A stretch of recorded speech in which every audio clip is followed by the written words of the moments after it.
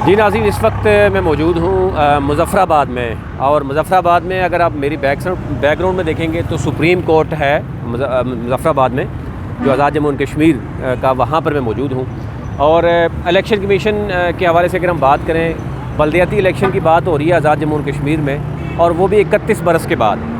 और यहाँ पर जो अपोजिशन है, पीपल्स पार्टी या नून लीग, बाकी दीगर जमातें भी शायद होंगी, लेकिन जो प्रेस कॉन्फ्रेंस भी इस्लामाबाद में हुई थी, उसके बाद बड़ा वाज़ेह लग रहा है कि अपोजिशन नहीं चाहती कि बल्दियाती इलेक्शन हों, और वो भी 31 बरस के बाद।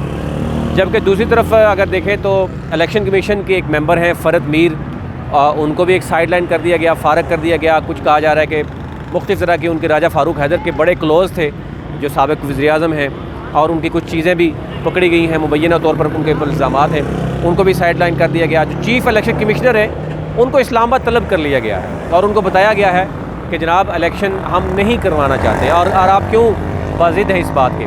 लेकिन कुछ चीज़ें ऐसी हैं वो आपसे शेयर करते हैं कि आज़ाद जम्मू कश्मीर में एक तो 31 बरस के बाद इलेक्शन होने जा रहा है। इसके साथ साथ टोटल अगर वोट बैंक की बात करें, तकरीबन 29,48,000 जो पब्लिक है, यानी उन्होंने अपने हक़ रायदही इस्तेमाल करना है या था, लेकिन अब ज़ाहिर है उस पर उनको डाका डाला जा रहा है। इसके साथ साथ मैं अगर शेयर करूँ आपको, टोटल जो 10 डिस्ट्रिक्ट्स हैं आज़ाद जम्मू एंड कश्मीर के, उसमें जो टोटल ज़िला कौंसल की तादाद दिखाई जा रही है वो है 1825। इसी तरीके से जो तादाद है टोटल यूनियन कौंसल की, उसके जो उम्मीदवार भी हैं वो हैं 7,275 उम्मीदवार मैदान में हैं।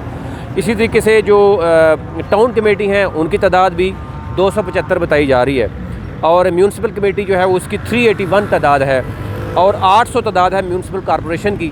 और इसी तरीके से अगर हम देखें तो टोटल 10,556 उम्मीदवार होंगे जिन्होंने इलेक्शन में जाना है। और ये है वो नर्सरी जिसको जमहूरियत में नर्सरी कहते हैं जनाब, कि बल्दियात होता है, वहाँ से जो उम्मीदवार होते हैं वो इलेक्शन लड़ते हैं, जीतते हैं। एक स्पोर्ट्समैन स्पिरिट भी होता है और चीज़ें सामने आती हैं। लेकिन अफसोस की बात है कि जब उस जमहूरियत, यानी जो हम नर्सरी कहते हैं, उसके ख़िलाफ़ अपने ही लोग हों, इस वक्त अपोजिशन जो है, अपोजिशन की जमातें सर दर्द की बाजी लगा रही हैं कि इलेक्शन ना हो। उनका वो ये चाहते हैं कि इलेक्शन जो है ना अप्रैल में हो जाए या मई। अभी से शाह गुलाम कादर साहब ये कह रहे हैं कि जनाब मैं इस्लामाबाद में बैठा हूँ, लोग मुझे इस्लामाबाद में मिले, और नीलम में क्योंकि बर्फ़बारी शुरू हो जाएगी तो वो अभी से ही लोगों को कह रहे हैं कि इलेक्शन नहीं हो रहे। इसी तरीके से राना सनाउल्लाह साहब ने जो लेटर निकाला, ज़ाहिर है मुख्तलिफ़ वजूहात बताई जा रही हैं कि जनाब हम आर्मी तो दे नहीं रहे। फिर अगर वो पंजाब या गिलगित बल्तिस्तान पुलिस बुलवाना चाहे, ख़ुद आज़ाद जम्मू एंड कश्मीर की पुलिस बुलवाना चाहे, तो वो नहीं हो सकता। शुरू में ये भी तासर दिया जा रहा था कि सिर्फ सरदार तनवीर इलियास चाहते हैं कि इलेक्शन हो, लेकिन अब उनकी पार्टी के बहुत से लोग भी चाहते हैं, शायद कुछ लोग नहीं भी चाहते होंगे। लेकिन ये राइट है आज़ाद कश्मीर की आवाम का, यानी जिनको 31 बरस से इस बेसिक जमहूरियत जो है, जिसको हम कहते हैं, उससे भी दूर रखा गया है, नर्सरी से भी दूर रखा गया है। यहाँ पर जो जमहूरियत किस तरह की चलती है वो आप जानते ही हैं।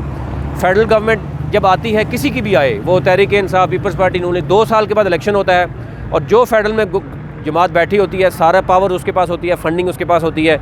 यहाँ पर उसी तरह की तब्दीली आ जाती है, वही लोग, वही चेहरे होते हैं, वो अपने मफादात के लिए पार्टी तब्दील कर लेते हैं। कोई नज़रिया नहीं, कोई कुछ नहीं। लेकिन अब आवाम को वोट का राइट देने की बात आई, आवाम को जो है वो ग्रास रूट लेवल पावर देने की बात आई, वहाँ पर ये सारे वंस अगेन इकट्ठे हो गए, और एक बड़ी साजिश की जा रही है कि आज़ाद कश्मीर में बल्दियाती इलेक्शन 31 बरस के बाद भी ना हो। ये इंतहाई अफसोसनाक है। आज हम मुज़फ़्फ़राबाद में मौजूद हैं, कुछ लोगों से मिले हैं, कुछ मज़ीद ख़बरें भी आपको देंगे मुज़फ़्फ़राबाद के हवाले से। अभी तक लिए इतना ही।